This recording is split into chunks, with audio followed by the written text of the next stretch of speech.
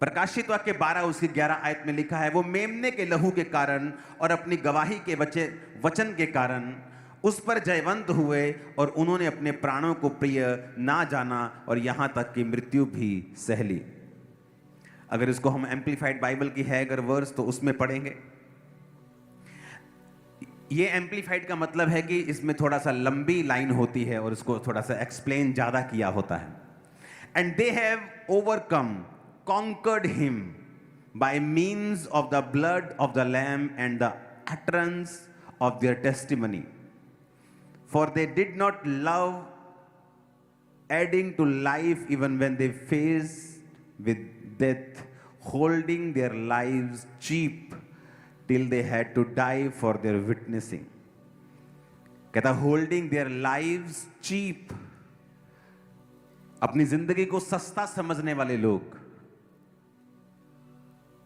और परमेश्वर के वचन को ऊपर रखने वाले लोग, कहता वो ही शैतान के ऊपर फतह पाएंगे। जो अपने जीवन को क्या समझेंगे? सस्ता। जो अपने जीवन को महंगा समझते हैं, ओ अगर चर्च में गए तो मेरा सरपंच मुझे छोड़ देगा, मेरी पंच की कुर्सी चली जाएगी, मेरे एमएलए साहब नाराज हो जाएंगे और मेरी बुआ नाराज हो जाएगी। अपनी लाइफ को वो चीप नहीं समझते।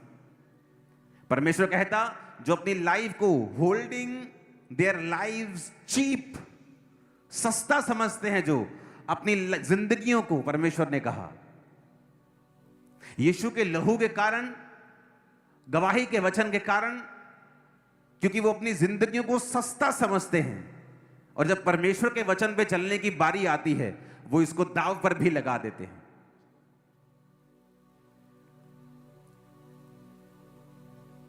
कल एक वीडियो इंटरनेट पे हमारे सामने आई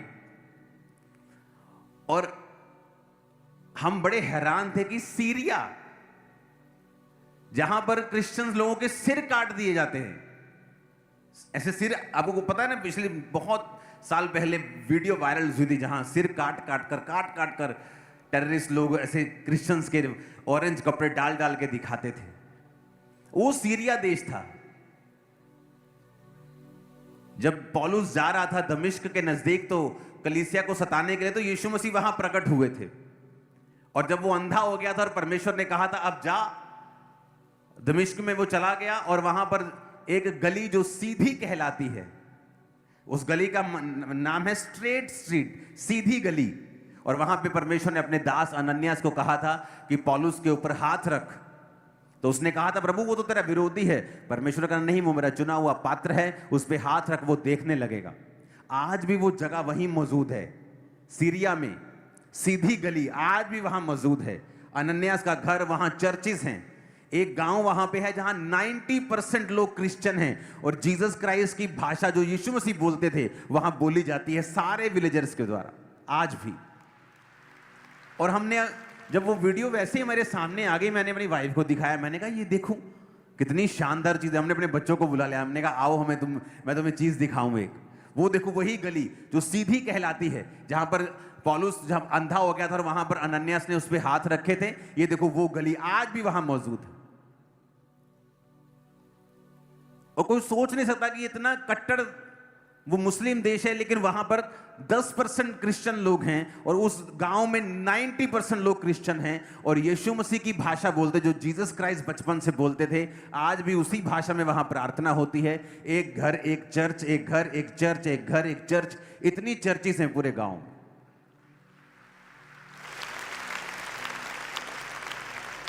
और हम देख के आनंद ले रहे थे, दिल करता था वीडियो खत्म ही ना हो कभी भी।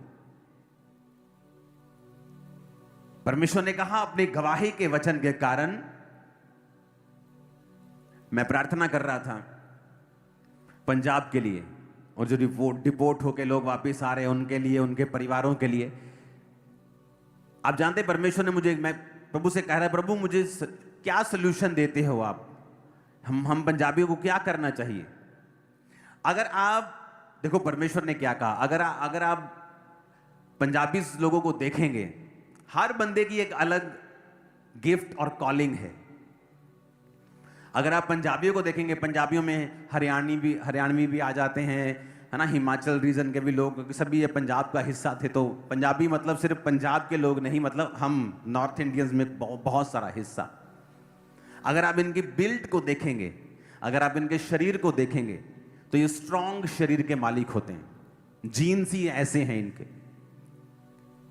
अगर आप नोटिस करेंगे इन लोगों को,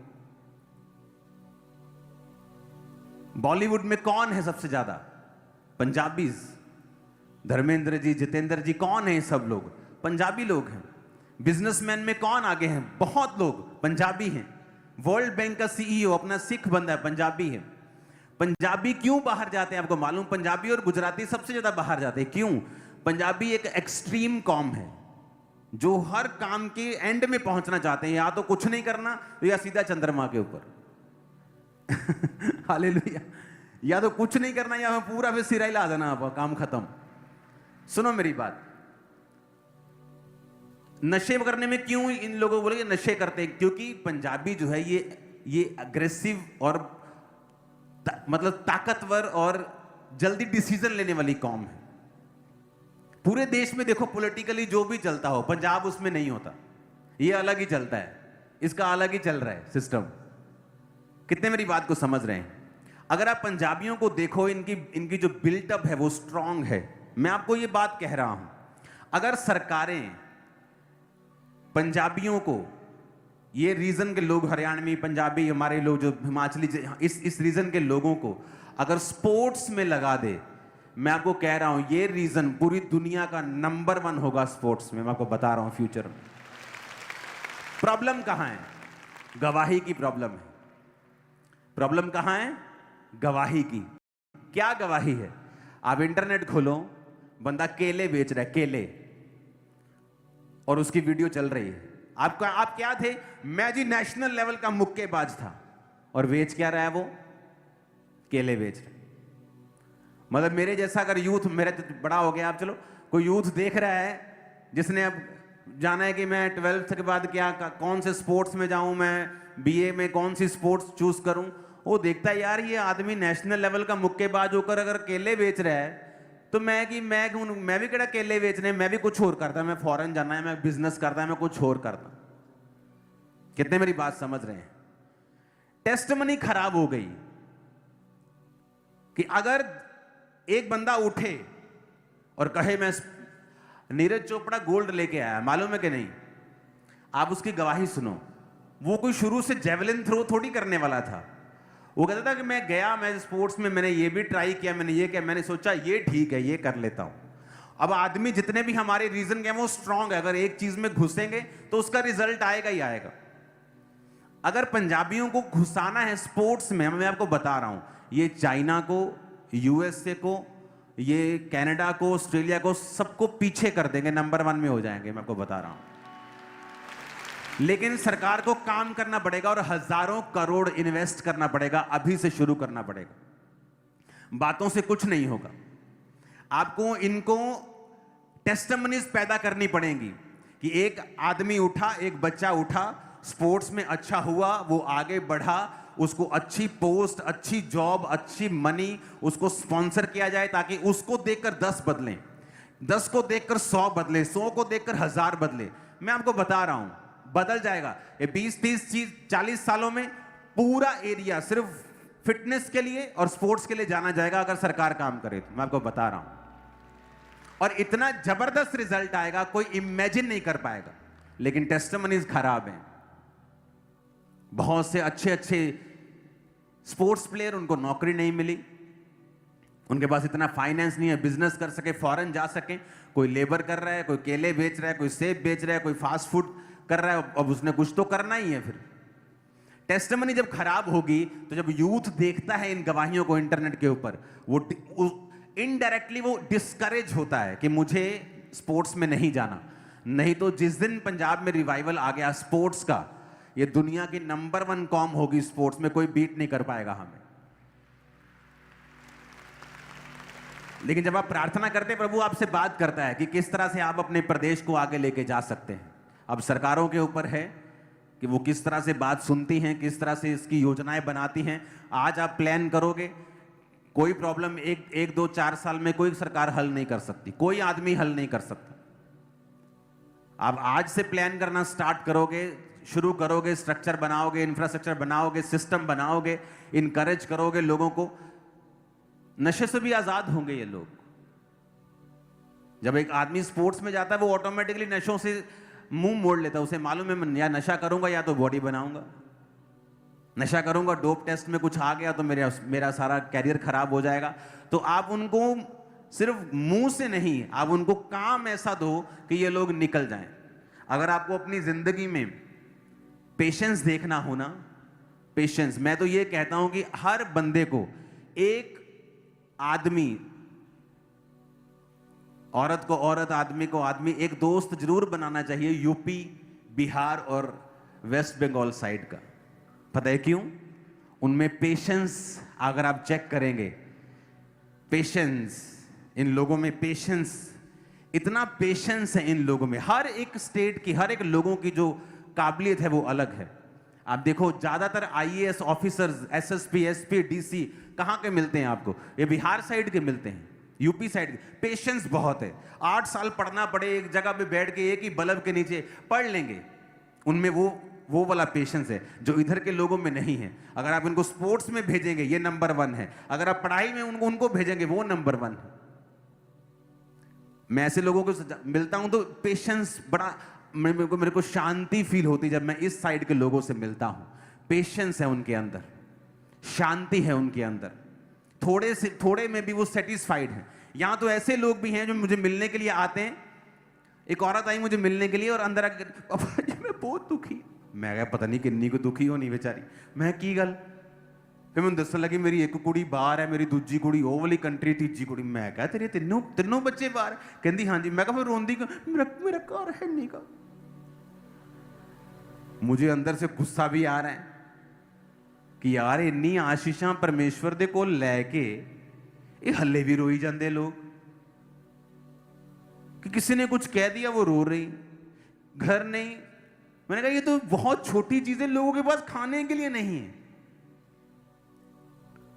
बीमारियों में बेचारे पड़े हैं।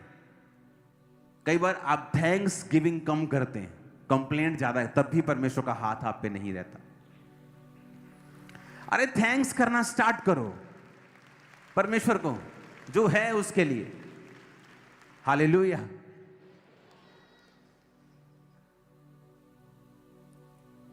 टेस्टिमनी, पंजाब पीछे क्यों है, रीजन पीछे क्यों है स्पोर्ट्स में? टेस्टिमनीज नहीं है यहां पे। फॉरेन में चले जाओ, टेस्टिमनीज है।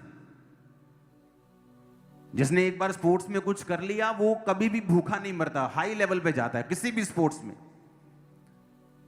ऐसी एक भी गवाही फॉरेन में आपको नहीं मिलेगी कि स्पोर्ट्स में बेस्ट था, अब इसके पास कोई कुछ नहीं है, अब ये सिंपल जॉब कर। आपको बहुत कम मिलेगी, नेग्लिजिबल, बहुत थोड़ी। वैसे क्रिश्चियनिटी है। आप जब अपनी टेस्टिमनी को स्ट्रांग रखते हैं आपके परिवार में, आपको पता है आपने नशा छोड़ा है, आपने व्यभिचार छोड़ा है, आप अपने परिवार में हैं, कैसे आप अपनी गवाही को खराब कर सकते हो? आप कैसे दोबारा नशे कर सकते हो? कैसे झूठ बोल सकते हो? आपके परिवार को पता है कि आप झूठ बोलते हैं, भाई साहब आपकी गवाही खराब हो चुकी है। और शैतान का यह टारगेट होता है आपकी टेस्टिमनी को खराब करना। जब आपकी गवाही खराब हो गई आप फतेह नहीं पा सकते। आप चल सकते हो, आप सिंपली चल सकते हो। एक मां जिसका बच्चा कोई काम धंधा नहीं करता, मंद बुद्धि है, या उसको कोई फिजिकल प्रॉब्लम है, मेंटल प्रॉब्लम है, वो उसको खाना पीना देना बंद थोड़ी करती है। उसी तरह से आप जिंदगी में जीतते नहीं हो, खाना पीना परमेश्वर देता रहता है आपको, लेकिन आपको मालूम होता है कि आपकी गवाही अगर खराब है आप जयवंत जीवन कभी भी नहीं जी सकते।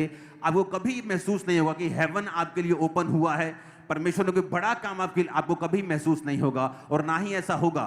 क्यों? गवाही को खराब करने के कारण। परमेश्वर ने भी यही कहा कि परमेश्वर का राज्य एक बीज के समान है, जिसे पृथ्वी में बोया गया और होते होते होते वो इतना बड़ा पेड़ बन गया कि आकाश के पक्षी उस पर बसेरा करने लगे। तो प्रभु ने क्यों कहा कि परमेश्वर का राज्य बीज के समान है? क्योंकि परमेश्वर जब आपको अपने में लेके आता है आपको छोटी सी गवाही देता है। मेरी गवाही क्या थी जब मैं परमेश्वर में आया?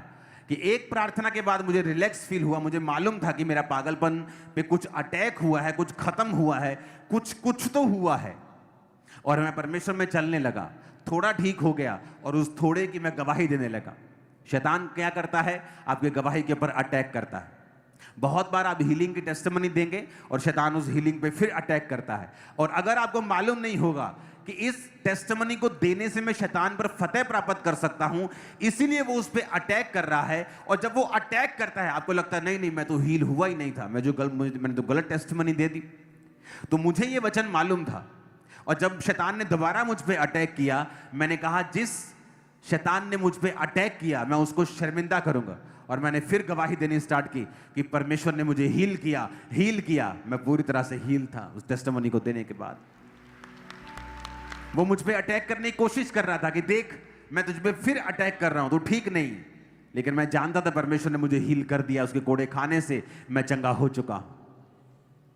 क्यों शैतान गवाही के ऊपर अटैक करता है? उसे गवाही देना क्यों पसंद नहीं? आप देखेंगे जिन चर्चेस में गवाहियां होती हैं, लोग उनका बड़ा विरोध करते हैं, आपको मिलेंगे क्रिश्चियन लोग भी। क्यों? क्योंकि दुष्ट आत्मा उनके अंदर से विरोध करता है। क्यों? क्योंकि शैतान को गवाही बिल्कुल भी पसंद नहीं है, वो टेस्टिमनी को पसंद नहीं करता, क्योंकि वो जानता है कि मेमने के लहू के कारण और गवाही के वचन के कारण वो शैतान के ऊपर जयवंत होंगे। आपकी टेस्टिमनी है, आप चर्च में आ रहे हैं, इसे व्यभिचार से खराब मत करें, इसे पाप से खराब मत करें, इसे किसी चीज से खराब मत करें। एक बार जब टेस्टिमनी खराब हो गई, शैतान के ऊपर आपका अधिकार खत्म हो जाता है। फिर वो आपकी लाइफ में जो चाहता है, सेवकाई में जो चाहता है, परिवार में जो चाहता है, फिर वो वही करता है। आप उसके सामने फिर कुछ नहीं कर सकते। प्रार्थनाएं काम नहीं आती जिस दिन आपकी गवाही आप खराब कर लेते हैं। अपने पड़ोसी को बोलो अपनी गवाही को खराब मत करना। ऊंची आवाज में अपने पड़ोसी से बात करो, अपनी गवाही को खराब मत होने देना। आमीन। बहुत से लोग हैं जिनको मालूम होता है कि ये आदमी व्यभिचार में जा रहा है, ये सिस्टर गलत जा रही है, लेकिन वो कभी रिपोर्ट नहीं करेंगे, उसके माता पिता को, उसके पास्टर को कभी नहीं करेंगे। और वो भी हिस्सेदार हैं उस गवाही को खराब करने में, वो भी हिस्सेदार हैं। परमेश्वर उनको भी हिस्सेदार समझता है, क्योंकि अगर उनकी गवाही खराब हो गई, शैतान के ऊपर कभी वो फतह नहीं प्राप्त कर सकते, कभी डिलीवरेंस नहीं पा सकते, छुटकारा नहीं पा सकते। जिस तरह से एक मंदबुद्धि बच्चे को मां खिलाती पिलाती और उसका ध्यान रखती है, फिर वो उस स्टेट में चले जाते हैं, खाते पीते हैं, और उसकी जिंदगी में फिर कोई छुटकारा या वो आशीषें नहीं होती जिसके लिए प्रभु ने उन्हें पैदा किया है। हालेलुया। अपने पड़ोसी को बोलो अपनी गवाही को संभाल के रख। आमीन। और अपनी जिंदगी को सस्ता समझ। फिर से बोलो अपने पड़ोसी को अपनी जिंदगी को सस्ता समझ। Hallelujah, hallelujah. अपनी जिंदगी को कहता है सस्ता समझना।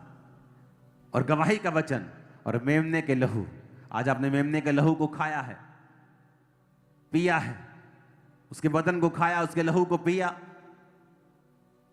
आपने अंगीकार किया कि प्रभु यीशु मसीह तुम मेरे लिए मारा गया, गाड़ा गया और जी उठा, मेरे गुनाहों के कारण तूने सजा ली, मैं उस लहू को, उस बदन को लेता हूं। और फिर लिखा अपनी गवाही का वचन देना है, टेस्टिमनी देनी है। रोज गवाही दो अपनी, खुदा ने जो किया है। उसने कहा वो बीज छोटा था, लेकिन जब बोया गया बड़ा हो गया।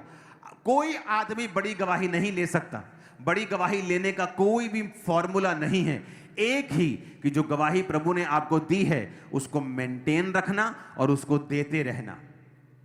आपके पास नशे की गवाही है, आपने नशा छोड़ा, अब उसको देते रहना है, रोज देना है, हर 2 दिन में देना है, हर रोज देना है, 4 बार देनी है, 10 बार, 50 बार, लाख बार देनी है। उससे क्या होगा? आप गवाही देंगे, परमेश्वर देखेगा कि जो मैंने इसे दिया, इसने उसे गवाही के लिए इस्तेमाल किया, परमेश्वर आपको और देगा। नेक्स्ट टेस्टिमनी होगी। लोग क्या करते हैं जब उनके जीवन में गवाही हो जाती, वो बोलते नहीं नहीं हमें किसी को बताना नहीं है, हमें किसी को शेयर नहीं करना है। और ये सबसे बड़ी गलती है उनकी। जब परमेश्वर आपको टेस्टिमनी देता है, वो टेस्टिमनी सिक्योर और परमानेंट हो जाती है जब आप उसे रोज रोज लोगों को देते हैं, रोज, एवरीडे। जब मैं बिजनेस में था, रोज टेस्टिमनी अपनी किसी ना किसी बहाने में देता ही था, गवाही मुझे देनी है। क्योंकि ये परमेश्वर का वचन कहता है कि जब तुम जो खुदा ने दिया उसे देते रहोगे, उसे बांटते रहोगे, परमेश्वर फिर और देगा।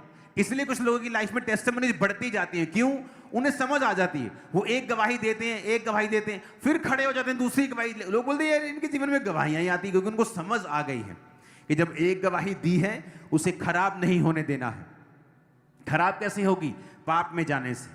वचन बंद कर दिया पढ़ना, बाइबल बंद कर दी, प्रार्थना बंद कर दी, चर्च जाना बंद कर दिया, गवाही खराब होती है। जब एक गवाही खराब हो गई फिर नेक्स्ट का रास्ता बंद हो जाता है। जब आपकी एक गवाही का रास्ता खुला और आप उसे देते जा रहे हो, देना बहुत इंपॉर्टेंट है। सिर्फ थैंक्स करना नहीं, सिर्फ परमेश्वर को, वो तो आप अंदर बैठ के करें प्रभु का थैंक्स, लेकिन टेस्टिमनी को देना बहुत इंपॉर्टेंट है लोगों को, कि प्रभु ने आपकी लाइफ में क्या किया है। फिर परमेश्वर आपको बड़ी गवाहियां देता है, आपकी गवाही बढ़ती जाती है, उसका लेवल बढ़ता जाता है। इसलिए आप देखोगे चर्च में टेस्टिमनीज होती जाती, मेरी पर्सनल लाइफ में भी, क्योंकि हमें समझ आ गई है जब हम गवाहियां देते रहेंगे, गवाही को देते रहेंगे, गवाही को देते रहेंगे, अगली गवाही आपकी झोली में आने वाली है अभी। आमीन। मेरे को ऊंचे वाला चाहिए चर्च। मैंने कहा आमीन, ऊंचे वाला चाहिए चर्च। तुम जल्दी एक बड़ी बड़ी बड़ी बड़ी टेस्टिमनी देने वाले हो, और बहुत बड़ी गवाही अपने फाइनेंस की और सेवकाई की देने वाले हो, अपनी सेहत की देने वाले हो यीशु मसीह के सामर्थ्य नाम में। आमीन, आमीन।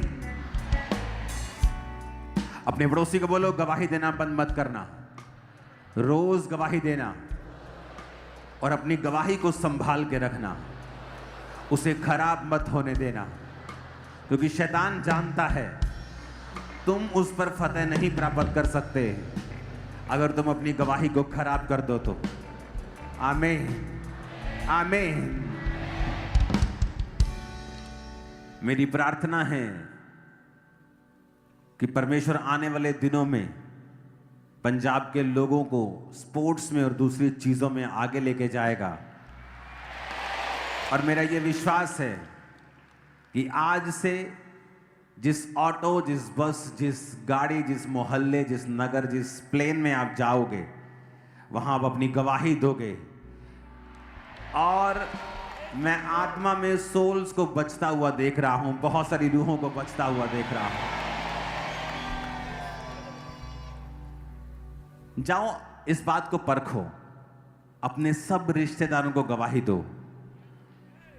जो आपको नहीं लगता वही मसीह में आएगा जल्दी, मैं आपको बता रहा हूं। परमेश्वर ने बीज बोने के लिए एक इंस्ट्रक्शन दी है। उसने कहा बीज बोने के लिए सुबह या शाम मत देखना, हवा का बहाव मत देखना।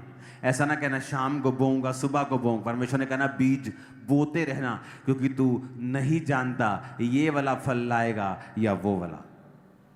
आप गवाही देते रहना अपने लोगों को, अपने रिश्तेदारों को, अपने दोस्तों को। मैं आपको बता रहा हूं, मैंने स्पिरिट में देखा है आपके रिश्तेदारों और लोगों को मसीह में आते हुए ह्यूज नंबर में। लेकिन ये थोड़े लोगों की लाइफ में मैं देख रहा हूं, पूरे लोगों की लाइफ में नहीं। हो सकता है आप सिर्फ वचन सुनने वाले हों या वचन को फॉलो ना करने वाले हों, ये भी पॉसिबल है। असर तो हो रहा है लेकिन कुछ लोगों की लाइफ में, क्योंकि गवाही देने के लिए आपको जस्ट बहाना चाहिए। मैं अपने बिजनेस पे जा रहा हूं, दोपहर का समय हो गया, सब दुकानदार पैसा दे रहे हैं, जो सामान खरीदा था होलसेल में, पूछ रहे हैं चाय पी लो। अब मेरे पास कोई बहाना नहीं है, गवाही कैसे दूं? जैसे ही उन्होंने कहा चाय पी लो, मैंने कहा नहीं नहीं मेरा फास्ट है, मैं ना रोज़ा रखता हूं, मैं मसीह में आया था, मैं नशे बहुत करता था, तो परमेश्वर ने मुझे चंगा किया, मैं चर्च में जाता हूं, वहाँ रोज़े होते हैं, उपवास होते हैं, मैंने वो रखा हुआ है। कहते अच्छा वो की हुंदा? मैं कहा आओ तुहानू बैठ के दसदा, पैसे साइड दे, पहले आप गलबात करिए जरा। हालेलुया।